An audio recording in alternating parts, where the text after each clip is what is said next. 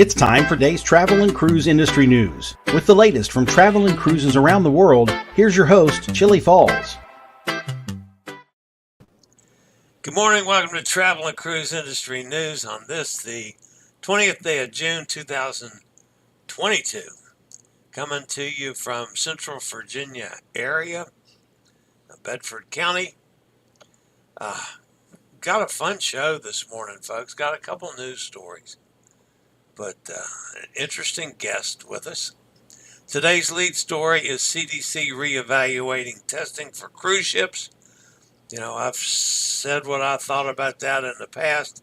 Seems like there's going to be some movement along those lines anytime now, maybe today. But we'll have to see. So this, of course, is Travel and Cruise Industry News for the 20th day of June. Today is National Vanilla Milkshake Day, folks. So you guys know what to do about that one. Go find yourself a vanilla milkshake. Not chocolate now, not strawberry, but vanilla. You got to do it right. Cruise ships sailing today from North American ports. In New York, Manhattan, we've got the Carnival Magic. Down in Charleston, we've got the Carnival Sunshine, Port Canaveral, Carnival Liberty, Independence of the Seas, and the Carnival Freedom. Down in Miami, Freedom of the Seas, Norwegian Sky, Disney Dream, and the Carnival Conquest. Over in Mobile, the Carnival Ecstasy sails. In Galveston, Grandeur of the Seas, the Carnival Breeze. Out in Long Beach, Los Angeles, Carnival Radiance. In San Pedro, Navigator of the Seas. San Francisco, Carnival Miracle. In Seattle, Quantum of the Seas. And New Amsterdam Land Packages. In Vancouver, Disney Wonder sails. In Anchorage, Norwegian Jewel sails and land packages for Radiance of the Seas, Koningsdam, and Majestic Princess all get underway. And Fairbanks, you've got Radiance of the Seas and Majestic Princess land packages starting today. Headlines other than the CDC reevaluating testing for cruise ships. Crown Princess issues persist. And a new ship to be auctioned off. And a whole lot more here live this morning. If you're listening via the podcast, welcome aboard. You can always access the podcast via my blog, which is accessadventure.net, or wherever you get your podcasts from, all the big guys, Google Podcasts, Apple Podcasts, Amazon Music, Spotify, TuneIn, Pandora, Stitcher, all the big guys. Just search for Travel and Cruise Industry News, and you should get the old fat travel guy. So,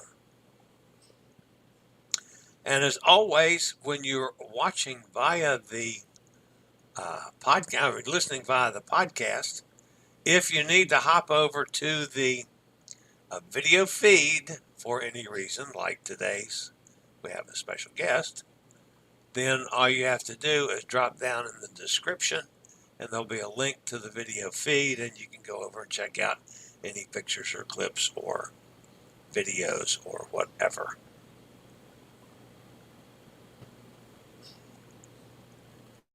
My guest this morning on Chillie Chats is a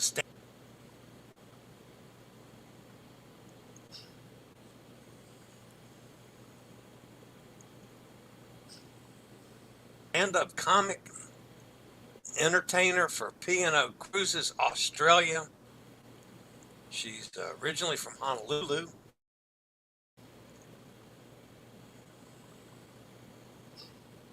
Lives near Adelaide in South Australia. With no further ado, let me introduce the comic extraordinaire, Kehau Jackson. Kehau, welcome to Chillie Chats. Oh, thank you. Thanks for having me. It's chilly here too. As a matter of fact, it's winter here, so it's very cold outside. Well, now I did have a message about you today, and which leads to my first question of this interview, whatever you want to call it. It seems that Lucy the dog, you Oh, took Lucy the dog for a walk so she could chase kangaroos, and you got cold and cut the walk short, and Lucy the dog is complaining. Is there any truth to that? yes. She's she's a Kelpie, and Kelpies are cattle dogs. They're herding dogs, and they're very what should I say? They're very active, and so they need a lot of exercise. So generally, I walk her about 5 kilometers in the morning. During the winter, my husband does it because I can't. 22 years in almost in this country, and I'm still freezing every winter. So during the winter, he takes her. During the summer, I'm solar powered. I'm up at 6 o'clock, and we're out the door. But every other time, she's at the foot of the bed, like, hurry up, fat girl, put on your shoes, let's move it. 6 o'clock already, and I'm like, oh, talk to your dad. So he had gone to a football game, so I had to take her out, and it was so cold, and I just so I cut it short, and she's like, that's it, that's all, that's it, that's all, she just gets like, oh, I guess we're going to go home now, but she just loves the exercise. How cold is it in South Australia? Let's see. They have a thing here where they don't say the wind chill factor. They say, oh, it's 5 degrees, but it feels like -1. I'm like, well, then it is -1 if it feels like -1. Yeah. But it's been really cold, like on some mornings. So that's all centigrade. So you're looking at maybe in the 20s or the teens. Yeah, that would be down. Yeah, around that. I'm like cold. You. Yeah, and as I've gotten older, and I tell you, as you get older, it gets worse. You start wearing socks. I'm doing. My son goes, Mom, you're just like Grandma. You're wearing socks all the time. I'm like, yeah, I'm freezing. Yeah. I know. How did you ever become a stand-up comic on a cruise ship? Well, I started in comedy quite late. Most comics start in their 20s, sometimes in their teens. But I always loved stand-up comedy. From the time I was little, I just loved, when you're in Honolulu in the 1950s, you really don't have a lot. There wasn't a lot of comedy, stand-up comedy anyway. And I got all of my comedy fix from the Ed Sullivan Show because we would watch it religiously every Sunday, like many families in the U.S. We saw it every Sunday. And it was the best variety show. And he always had comedians on. But these were all comics from like the Borscht Belt, and these are all the old Jewish. Take my wife, please. All of that. So I grew up watching Alan King and Henny Youngman and Toady Fields, and there weren't a lot of women. What's her name was quite young then. So this was my introduction to comedy, but I loved comedy. I loved all the old comics, the old comedy movies, Abbott and Costello, all of that. Marx Brothers are just my favorites. So I grew up with that, but I didn't have an outlet for it in terms of stand-up comedy. And as I was growing up, my dad was a musician and an entertainer. And so I was around a lot of parties, a lot of musicians, a lot of rehearsals. And so unknowingly, I learned a lot of timing because of that, which timing is something that you can teach people comedy, but timing is very difficult to learn if you don't already have it. So I unknowingly was schooled in a lot of what I needed later on when I became a comic. So, and then, you don't think of it as a career move. I went to a Catholic school, they don't find humor that funny. And so it's just funny around my friends and, all that kind of stuff.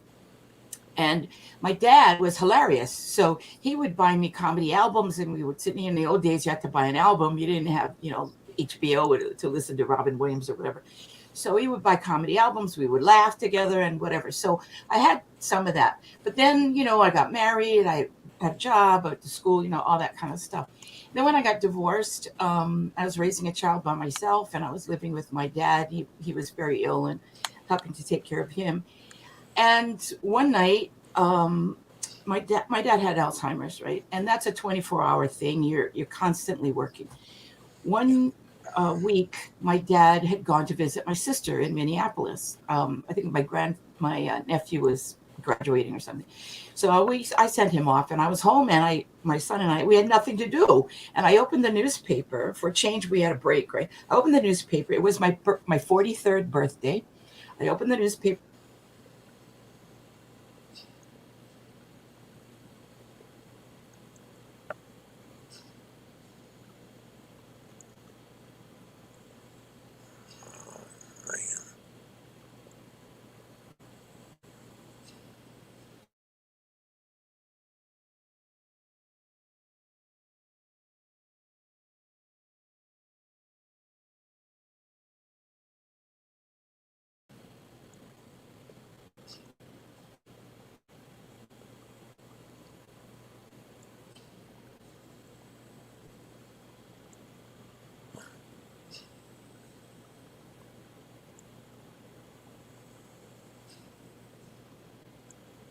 What the?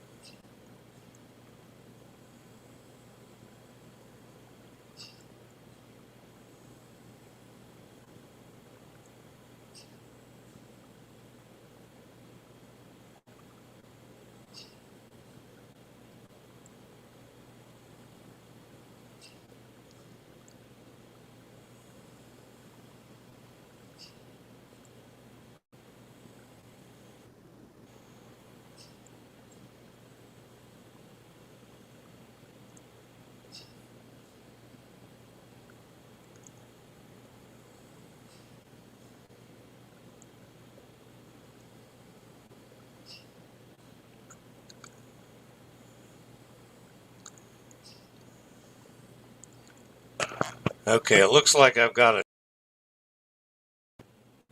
Can't tell. All right, I've got to run a testing, folks. Sorry about the technical issues. Can somebody drop in if you can hear me? I can't tell from my end. Seem to be some background sound, so don't swear. Okay, that was probably me trying to get this going. Um, so, can you guys hear me now? Can hear you. Okay. Well, I'm sorry that I lost the interview. I'll have to try to get this done and we'll do this another day. So my apologies to that and to everybody that was came on to see Kehau Jackson.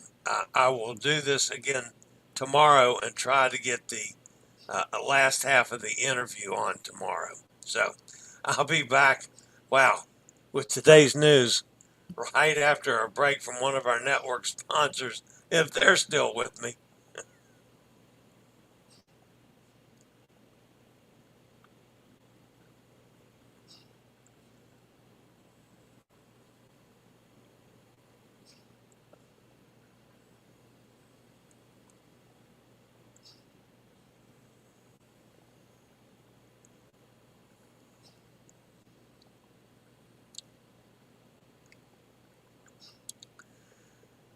All right, on with today's news, folks. The CDC, is they're considering acting on this whole business about pre-cruise testing. It's being reevaluated as we speak. They've worked on it all weekend, have not come up with a solution yet. One of the things that bothers me on this whole thing is that I don't know that they're considering how much some of us depend on that pre-cruise testing for our well-being and our thinking of going in. Anyway, the CDC says unlike airplanes and other travel settings, cruise ships are congregate residential settings with high risk of secondary transmission of COVID among passengers and crew. Traveling on a cruise ship involves thousands of people living for multiple days or months for the crew, for instance, within the same setting, eating, sleeping, and participating in activities together in one location. The statement fails to recognize that cruise ships are also more easily controlled environments, able to quickly isolate and track passengers if symptoms or illnesses do appear. The CDC highlights that cruise ships' medical facilities are unable to cope with an extreme situation. I'm not sure that seems like they're doing a pretty good job of it to me now. I don't know. I have some real mixed feelings about this. I know people want to get rid of the ongoing problems with the pre-cruise testing. I'm just not ready to go that far. I really am not. I don't mind doing this. Yeah, it's a pain in the butt, but I don't mind doing it. So, and I really think that option, at least it gives me a lot more confidence in the cruise that I'm getting on, that it's going to be safe and healthy. I don't know. Anyway, so they're still reevaluating. Wouldn't be surprised if we don't see something from them today or tomorrow. But that one we'll have to wait and see. All right. Crown Princess has been having some ongoing battles with propulsion issues and generator issues, and they apparently are continuing. Early in May, Crown Princess resumed service. However, the vessel has been plagued by several issues that have affected her itineraries. Issues most commonly are ongoing engine problems which affect her maximum speed. Princess Cruises has known about the issues for several months. The company continues to operate the vessel, leading to constant itinerary changes. The Princess has been unable to correct or fix the engine issues. These issues have been causing guests to lose time in port and miss out on key stops along the way. In a letter to guests booked on board the ship for the July 9th sailing, the cruise line advises them of a second itinerary change after the removal of Ketchikan from the itinerary. Please be advised that due to technical restrictions affecting the ship's maximum speed, Crown Princess will now arrive in Juneau at 4 p.m. on Monday, July the 11th, rather than 2:30 p.m. as previously scheduled. The itinerary as it currently stands means Crown Princess will sail from Seattle on July the 9th. She will arrive in Juneau on the 11th at 4 p.m. The ship will then set sail to Skagway and a call between 6 a.m. and 2:30 p.m. on the 12th. Other calls include Glacier Bay and Icy Strait Point on the 13th, Victoria, British Columbia on the 15th. Princess has not made any changes to voyages through August. However, you can expect that happening, folks. And it has to do with the generators, and they can't seem to get it fixed. They are offering $100 to the guests. I'm not sure that that's enough in the middle of an Alaska cruise when you lose a port and half of another port. I don't know. I wouldn't be real happy about that one. All right, we have one other story this morning, and that's over on the other side of the pond. The Helsinki shipyard is inviting tenders for the sale of the SH Vega. Originally ordered for Swan Hellenic, the 10,000-ton expedition vessel is in final stages of construction.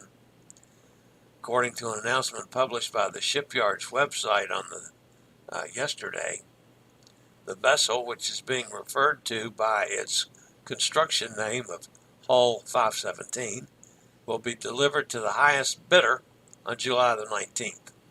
Helsinki Shipyard seeks to obtain the best fair market value for the vessel and reserves the right to reject any and all bids, the shipyard said in a statement.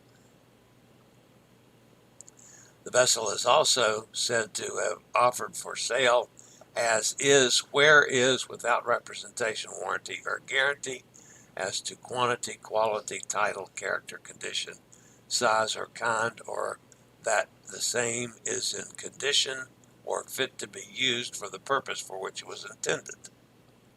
A sister to the SH Minerva, the 152-guest ship, was supposed to enter service for Swan Hellenic in July. According to the Helsinki shipyard, the expedition vessel was designed with a strong focus on polar areas and feature a PCS ice class notation.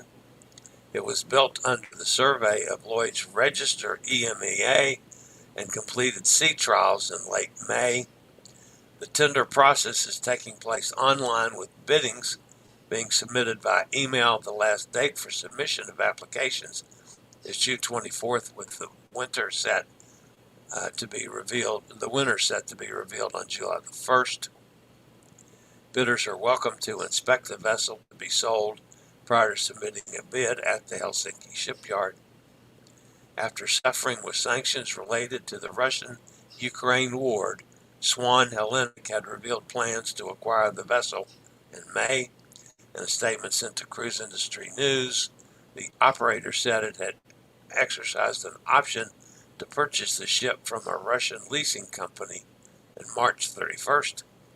The 2021 built SH Minerva, which is currently laid up in Uruguay, was also said to be in the process of being acquired. The legal procedure of transferring full ownership of the vessels to Swan Hellenic are now at an advanced stage and due to be completed soon. So this has all got to do with the war over there and Russia. So, not sure I understand all the ins and outs of that one. However, that's what it is. Okay, guys, again, I apologize for the technical issues screw up this morning on my interview with Kehau Jackson. I will try to get that fixed and up tomorrow with whatever the problem is. Okay, let's jump over to the chat room. Again, I don't know how if we lost everybody. Lizzie's with us, Carol, Hot Air Tom, Cindy, Sonny, Katie, Mike, talking about me being frozen. I stuck in a comment. I'm sorry about technical issues, and then everything locked up. And Jason's with us from Pittsburgh. Hi, Jason. So, okay, so everybody could hear me now. Ken is with us. Emily's with us. Hello, all. Okay, so I apologize about the live stream now. It seems to be working better. I wonder if I go to it, well, I'll pick up right where it was. Let's try that. Let me see if I can get the last part of that done.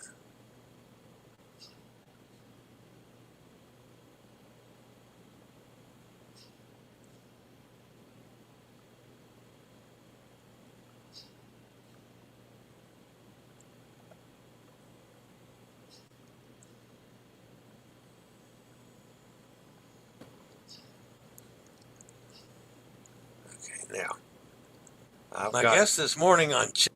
All right, now let me see if I can find out where we were.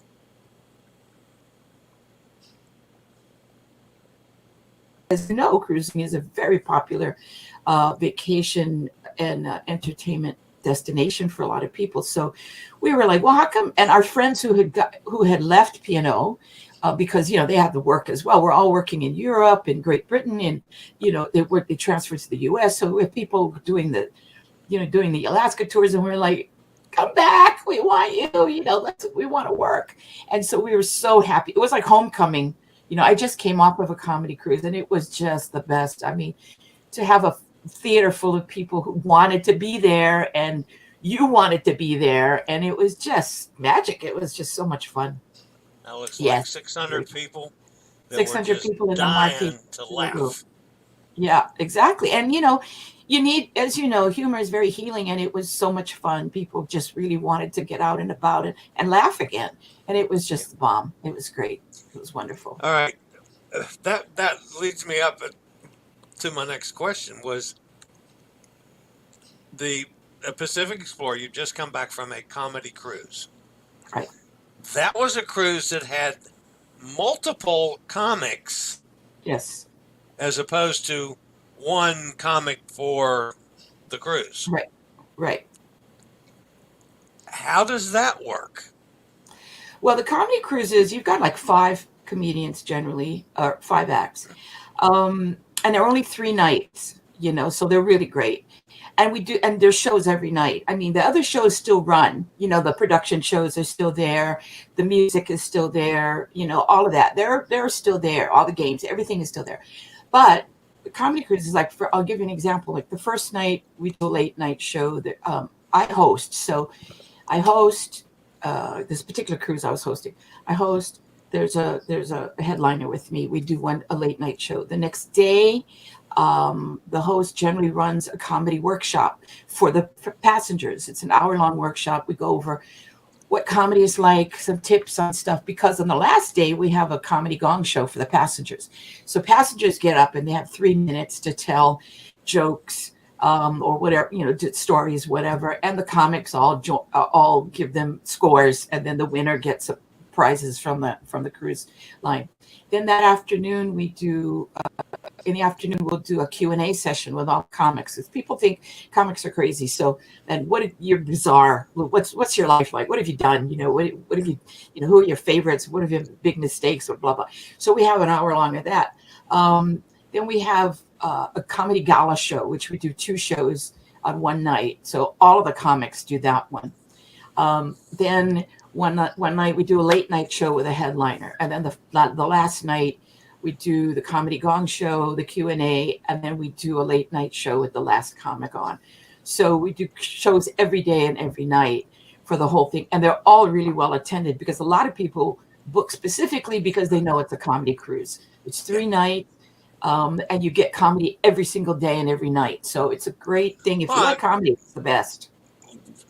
every cruise that I'm on, whenever I know that there's a comedy show, I'm going to be there. So Yeah, it's because fun. It's I love, yeah. I've made a living out of making people laugh all my life without Oh, actually yeah, being a it's the best. comedian. You know. But humor, that's the thing people don't people have to realize. And I talk about this at the comedy workshop. I say, humor is welcome everywhere. Everyone is funny. Everyone has the potential to be a comic. It's just that some people do it as a profession, but many people are just hilarious on their own. And when you go to a party, who do you want to sit next to? The one that's complaining about, oh my God, my back hurts. Or do you want to sit to someone and say, oh my gosh, this is what happened to me at work today. It's hysterical. That's who you want to be A with. storyteller. A storyteller and someone who touches your life. And most people, when you say something funny, they think, oh my God, that's happened to me. I wish I'd thought to say that. They would have if they thought of it, but they're not trained to do that. And that's what a professional comic is trained to find the humor in things and translate it to other people so that they see it clearly and can laugh with you. A good joke teller is always welcome anywhere, as opposed to the dad joke where you're like, hey, hurry up, it's 15 minutes, get to the point. Right. So on a regular cruise. I love the Gong Show. Revitalizing the Gong Show. That was it's so much fun. fun back from the original ones. What's fun about it is that people get to tell their own stories, and some people are just so hysterical. We've gone up to several people, the comics, and go, what city do you live in? Here's an open mic. You need to go there and do this. You're really good. And other people, you just say, just don't try this again. You've done it. Take it off your list. Go home. Some people are just miserable, but the whole idea is that it's a fun thing and people get to participate. And that's what it's all about, really. So I've fairly regular, especially since things finally got going down your way again. I've had you as stories, Australia as stories a number of times on my news show. This week, I had to talk about the couple from, where were they? They were from Brisbane that booked 57, 58 back-to-back cruises, including 2 world cruises. They're going to be gone on the Coral Princess for 800 days. So, yeah, that's crazy. I mean, I sent them a message to try to get them to adopt me. Yeah. Oh, some people. That's the thing. When I was in Honolulu, I worked for the visitor industry, and oddly enough, I worked for Abercrombie and Kent, which you probably are familiar with. Oh, yeah. And we serviced the cruise ships when they came in. And little did I know I'd be working on it someday. But we had people that were literally Crystal Cruises. There's a woman on Crystal Cruises who literally lived on board. And she was retired, and she was like in her 80s. But you know what? There's a medical office. And all the food there, you've got people that you make friends, you see people regularly. Sure. The crew knows you. It's a good retirement venue if you can afford it, because you've got everything there. And there's some people who really spend a lot of time on cruises. I've seen people over and over again over the last 6 years. I mean, they're there like every month, every couple of weeks, they're on a cruise ship. It's great. Well, I've been lucky this year finally, because I had medical issues in the pandemic, which delayed me getting restarted again. But I've been on 9 cruises already this year. Wow. So wow. I've been lucky and getting ready to go on 2 more. Yeah. And I have it's so much fun. They're a lot of fun. I think I've got 11 booked.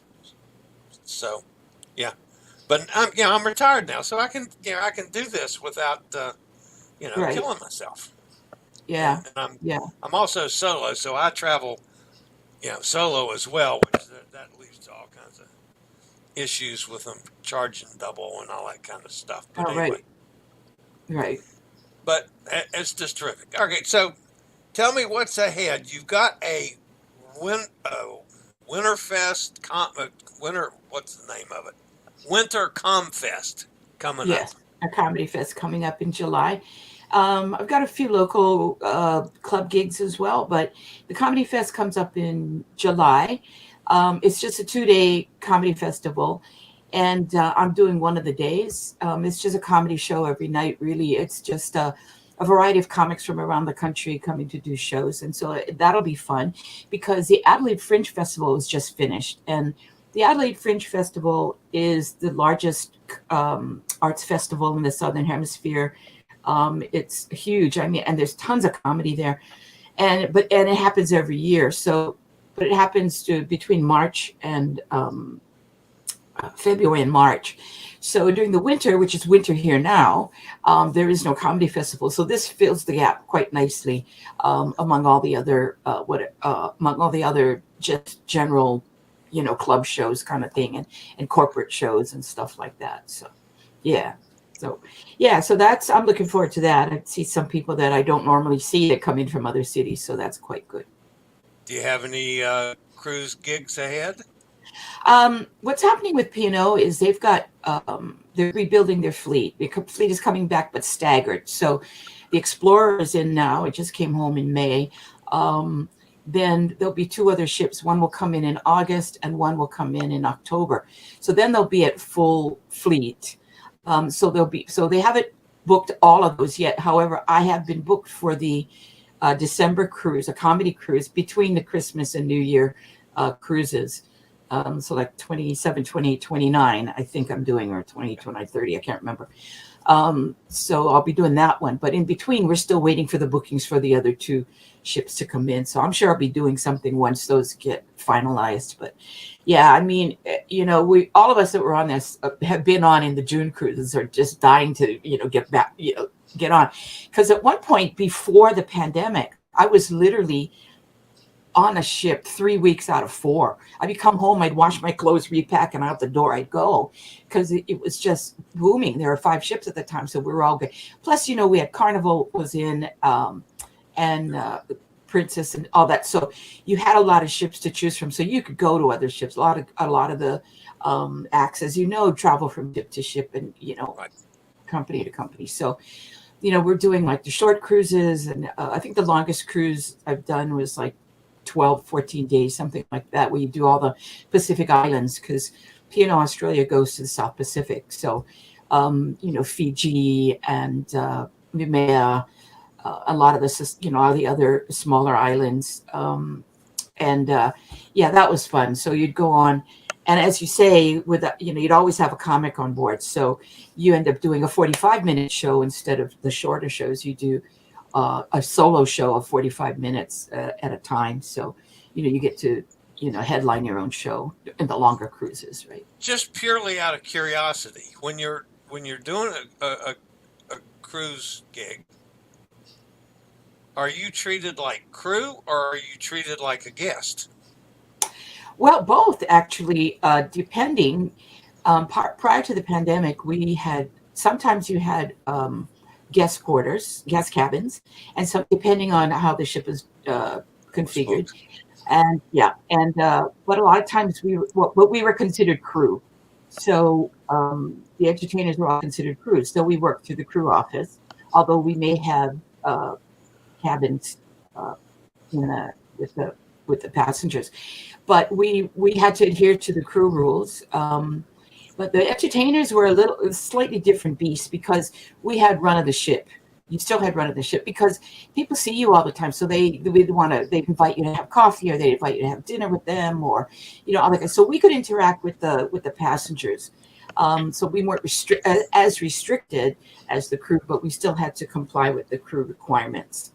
So, but this year so far, we've been considered passengers, so we didn't have to do that. But they're changing a lot of the protocols, and I think it's still in a state of flux. Now that everyone's back, they're rearranging things. They're trying to get things organized. So we've been quite lucky because, quite frankly, P&O treats us very well, and we've made so many good friends among crew and passengers. When we came home, it was like homecoming. It was like, oh my God, you see the same people that are stewards or bartenders or whatever. And it's just, and as you know, being on cruises a lot, they know you, they treat you like family. And that's one of the attractions of cruising, is that it is, you're together a lot, and people are very friendly. And if you're on your own, they make an effort to include you on things. They know you.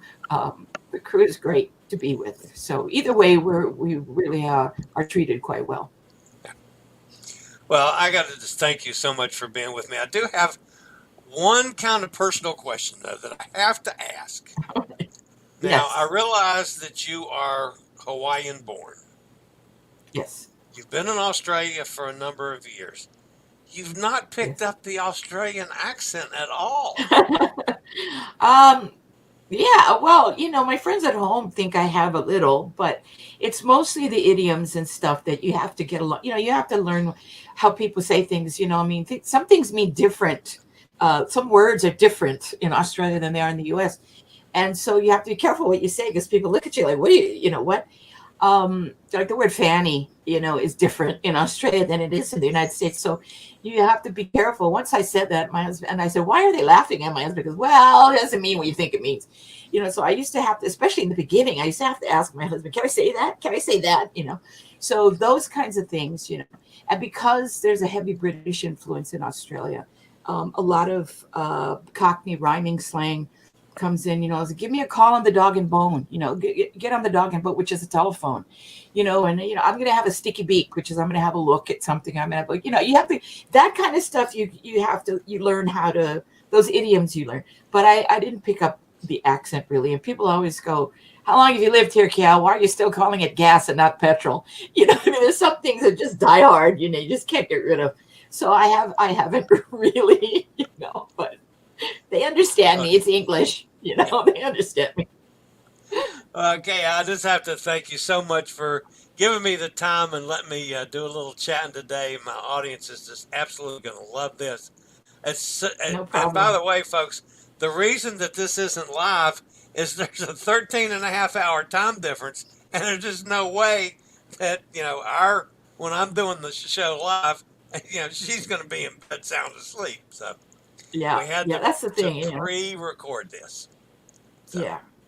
So I would encourage people, if they're thinking of going on a vacation, going on a holiday, you can do no better than getting on a cruise. I'm telling you, everything's there for you. You have there's nightclubs, there's restaurants, there's a variety of things for you to do. It's just the best. And you can meet people. And if you're traveling solo, look for Chillie. He's traveling solo. You can sit down and have dinner together. There's a lot of things, a lot of activities. So you can do no better than to spend your money on that. It's the best. And you know that because you've been on a million of them. So you know how good that can be. All right. Well, thank you again for being with me. Thank you. We'll stay in touch and do this again sometime. Sounds like a plan. Thanks for having me. Aloha.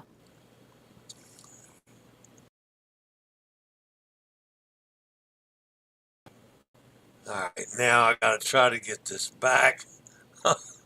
Hold on here, folks. You know me. My technical skills kind of stink. So we're going to do this, and I don't want to do that. Hell is that coming? Hide.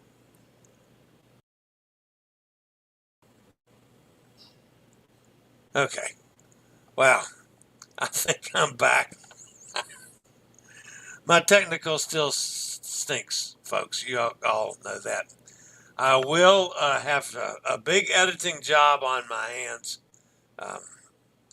today to try to get this together and get rid of the dead air and get rid of all the problems and put it together in some kind of a sensible shape. I may take the interview and put it up as a standalone video. I haven't decided exactly how to get out from under the mess of the technical issues today. So anyway, that's going to wrap me up for today, folks. My apologies to Kehau and to all of her friends for the technical problems, and I'll see if I can't get them fixed so it makes some kind of sense.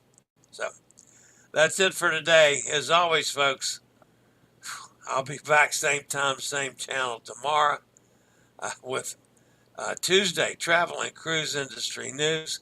And as always, stay safe, stay healthy, think about cruising, and hopefully we'll all meet together real soon on the high seas. This is the Old Fat Travel Guy. Have a great day, y'all. See you tomorrow. I regularly post videos on all facets of the travel and cruise industry, so if you like to keep up with the latest in cruise ships, ports of call, cruises themselves, Chillie Chats, and travel and cruise industry news, just hit the little subscribe button in the lower right-hand corner, hit the bell notification so you'll be notified when a new video is up or we go live.